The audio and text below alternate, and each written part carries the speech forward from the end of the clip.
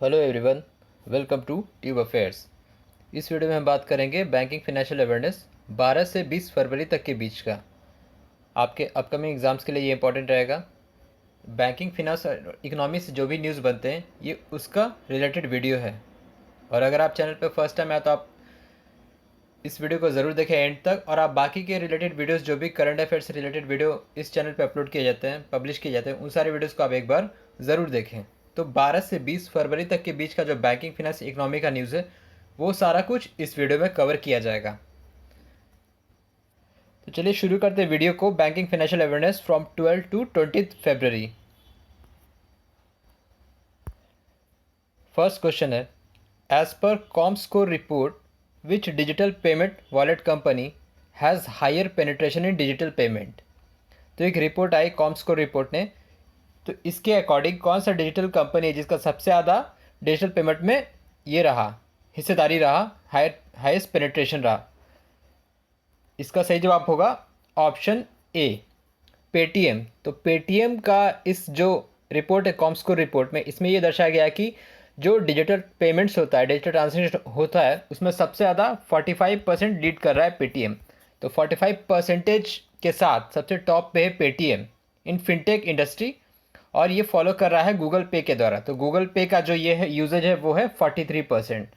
तो टॉप 2 में यही दोनों है, बाकी सब जो है 14% में आते हैं। तो जो कॉमस्कोर रिपोर्ट है digital payment wallet company which has higher penetration in digital payment, ये पेटीएम में टॉप पे 45% के साथ, और गूगल पे है 43% के साथ। एंड जो रिपोर्ट ये भी उसमें ये लिखा गया है, बताया गया है कि जो क्वार्टर थर्ड है फिजिकल ईयर 2022 का, तो उसका जो मंथली ट्रांजेक्शन है पेटीएम का, उसमें भी बढ़ोतरी हुई है 37% की on on year basis.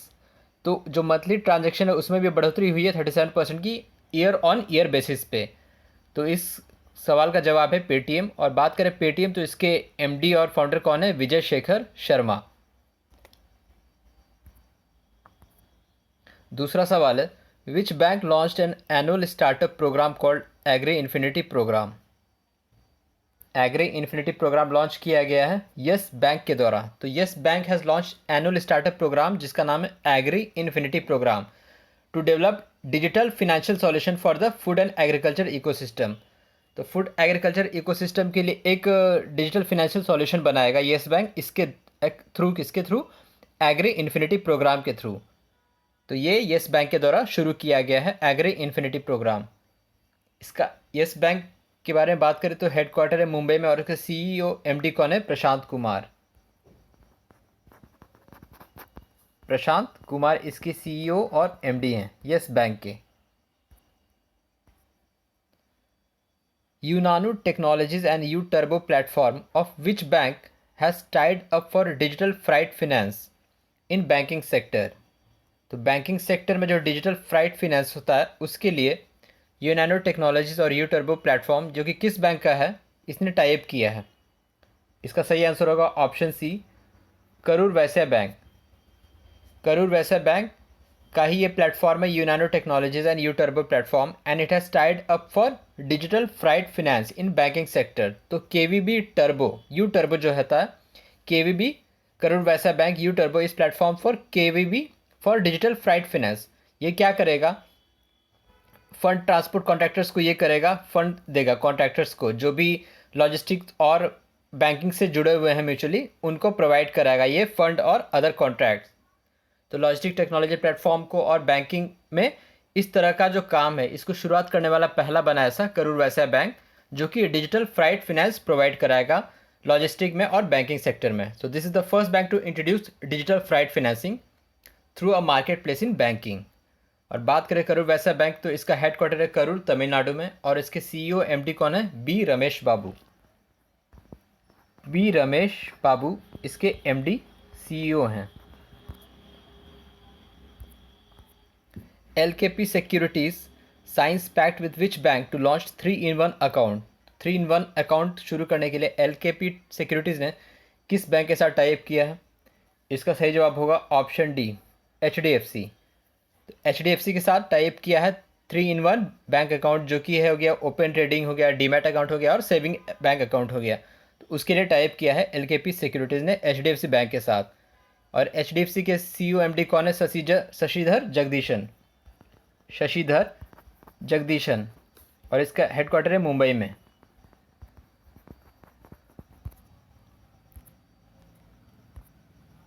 RBI conducted financial literacy week between 14 to 18 February. What was the theme of it? तो RBI ने 14 से 18 फरवरी के बीच फिनेंशियल लिटरेसी वीक शुरू किया और इसका थीम क्या था? इसका आंसर होगा ऑप्शन बी, गो डिजिटल गो सिक्योर। तो ये जो फिनेंशियल लिटरेसी वीक है इसको RBI 2016 से ही ऑब्जर्व करता है। जो इस बार का मेन ऑब्जेक्टिव क्या था? वो 3 था। पहला था कि कन्वीनियंस ऑफ डिजिटल ट्रांजैक्शन, तो डिजिटल ट्रांजैक्शन को कैसे आसान बनाया जाए उसका था। दूसरा था सिक्योरिटी ऑफ डिजिटल ट्रांजैक्शन, कि डिजिटल ट्रांजैक्शन को कितना सेफ एंड सिक्योर बनाया जाए। और तीसरा था प्रोटेक्शन टू कस्टमर्स, तो जो भी फ्रॉड होता है, बैंकिंग फ्रॉड और डिजिटल फ्रॉड होता है, उससे बचाने के लिए।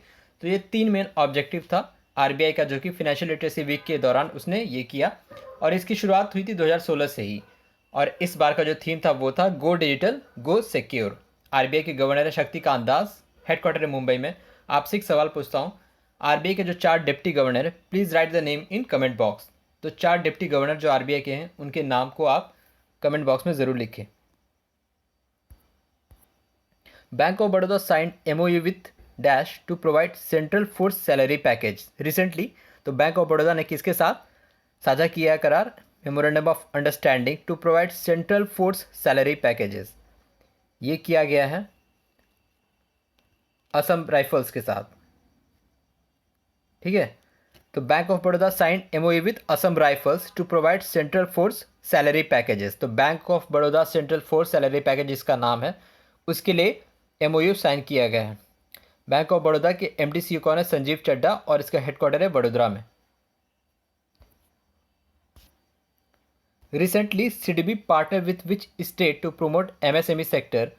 With the partnership, this state has become 14th for this strengthening MSME. तो हाल में किस राज्य के साथ पार्टनरशिप किया SIDBI ने MSME सेक्टर को प्रमोट करने के लिए?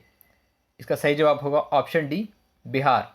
सो Bihar industrial area development authority के साथ ये टाइप किया और ऐसा करने के साथ बिहार 14वां राज्य 14th स्टेट बना है जो कि MSME को स्ट्रेंथन करने के लिए SIDBI के साथ पार्टनरशिप किया है।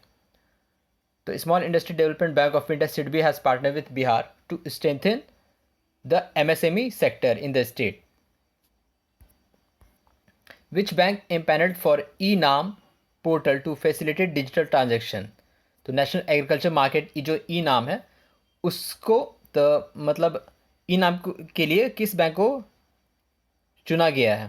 तो इसका सही जवाब होगा option A, IndusInd bank. So IndusInd bank has been empaneled for e-NAM portal to facilitate digital transaction. तो small farmers agri business consortium को ये जो है SFABC इसने सेलेक्ट किया है किसको?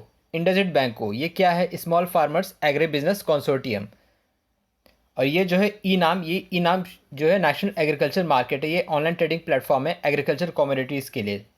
तो एग्रीकल्चर कमोडिटीज़ जो होते हैं उसके लिए एक ऑनलाइन ट्रेडिंग प्लेटफॉर्म है ई-नाम। उसने इसके लिए इंडसइंड बैंक को सेलेक्ट किया है।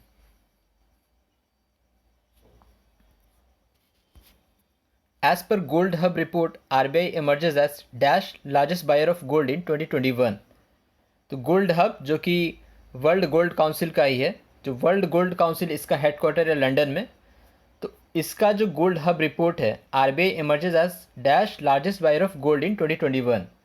इसका सही जवाब होगा ऑप्शन सी, सेकेंड। तो गोल्ड हब रिपोर्ट के अनुसार RBI जो है reserve bank of India emerges as second largest buyer of gold in 2021।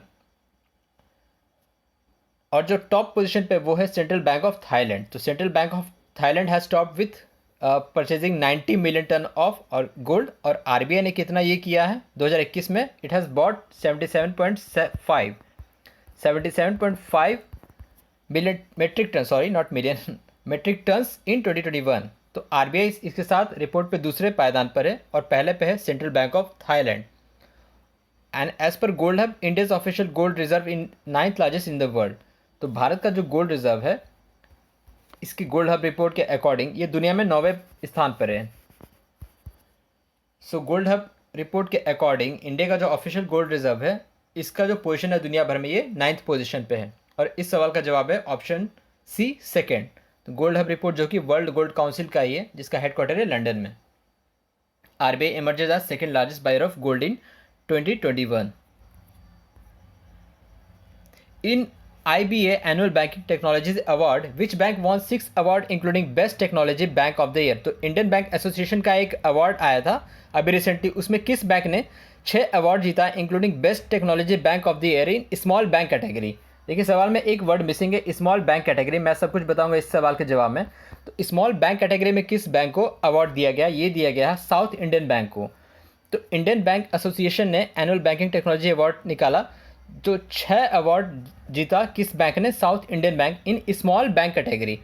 ठीक है, तो south Indian bank under small bank segment इसने 6 अवार्ड जीता है, जो कि बाकी 6 कौन से हैं? Best use of artificial intelligence machine learning, दूसरे हो गया बेस्ट आईटी साइबर सिक्योरिटी, फिर हो गया best payment cloud adoption, best fintech adoption, इन सभी में जीता है। और जो इंपॉर्टेंट है best technology bank of the year, तो इसको इंक्लूड करके कुल 6 कैटेगरी में as a small bank category में साउथ इंडियन बैंक ने ये पुरस्कार जीता है by Indian Bank Association. Indian Bank Association. और बात करें साउथ इंडियन बैंक, तो इसका हेडक्वार्टर है थ्रिसुर केरला में, और एमडी सीईओ कौन है? मुरली रामाकृष्णन। अब बात करें तो लार्ज बैंक कैटेगरी में तो best technology bank of the year कौन जीता है? Bank of Baroda, BOB। So BOB has one best technology bank of the year in the largest bank category. बात करें best IT risk cyber security initiative, तो वो जीता है यूनियन बैंक ऑफ इंडिया में। अब ये मैं बता रहा हूँ ये लार्ज बैंक की कैटेगरी वाला अवार्ड। तो best IT risk cyber security initiative ये जीता है यूनियन बैंक ऑफ इंडिया ने। बेस्ट फिनटेक एडॉप्शन ये जीता है ICICI बैंक ने। तो best fintech adoption in large bank category ये जीता है ICICI बैंक ने। तो मेन था इस क्वेश्चन का ये कि कौन सा बैंक 6 पुरस्कार जीता है including best technology bank of the year in small bank category, तो वो है साउथ इंडियन बैंक। और बात करें इंडियन बैंक एसोसिएशन, तो इसका हेडक्वार्टर मुंबई में, चीफ एग्जीक्यूटिव है Sunil Mehta. Recently which has become first country to deploy India's UPI system, तो भारत की UPI सिस्टम को इस्तेमाल करने वाला कौन सा पहला देश बना है? इसका सही जवाब होगा ऑप्शन ए, नेपाल।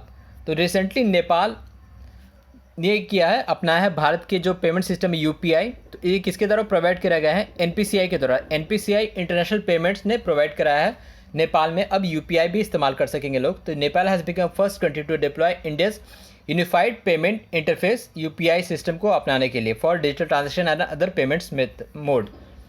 बात करें नेपाल, तो इसकी राजधानी क्या है? काठमांडू, और करेंसी है नेपालीज रुपी। नेपालीज रुपी इसकी करेंसी है। Which digital payment provider launched open PPI software for interoperability of PPIs? ठीक है, तो PPI क्या होता है? Prepaid payment instrument. तो इसकी इंटरपोर्टेबिलिटी के लिए किस डिजिटल पेमेंट प्रोवाइडर ने लॉन्च किया है ओपन PPI? इसका सही जवाब होगा option B, just pay. Not just pay, just pay, JUSPAY। तो जस्ट पे जो कि सॉफ्ट बैंक का ही डिजिटल पेमेंट प्रोवाइडर है, सॉफ्ट बैंक इसको बैक करता है, इन्वेस्टर है। तो सॉफ्ट बैंक बैक्ड जो कंपनी है जस्ट पे, एक पेमेंट इंफ्रास्ट्रक्चर प्रोवाइडर है, इसने लॉन्च किया है क्या? Open PPI software for interoperability. तो एक प्रीपेड पेमेंट इंस्ट्रूमेंट से दूसरे PPI में ट्रांसफ़र कर सकेंगे, मनी ट्रांसफ़र कर सकेंगे, ट्रांजेक्शन कर सकेंगे, तो वो होता है इंटरपोर्टेबिलिटी। तो उसको ओपन PPI सॉफ्टवेयर लॉन्च किया है जस्ट पे ने। SIDBI launches waste to wealth creation program in which state? तो waste to wealth creation program ये लॉन्च किया गया है पश्चिम बंगाल में, वेस्ट बंगाल में। तो स्पेशली ये वोमेंस के लिए है, तो जो सुंदरबन एरियाज़ में हैं, ट्राइबल्स के लिए, उनके लिए ये अल्टरनेटिव लाइवलीहुड्स के लिए waste to wealth creation program शुरू किया है सिडबी ने। बात करें सिडबी, तो इसका हेडक्वार्टर है लखनऊ में। CMD कौन है? एस रमन इसके CMD हैं। अब कुछ वन लाइनर्स देख लेते हैं।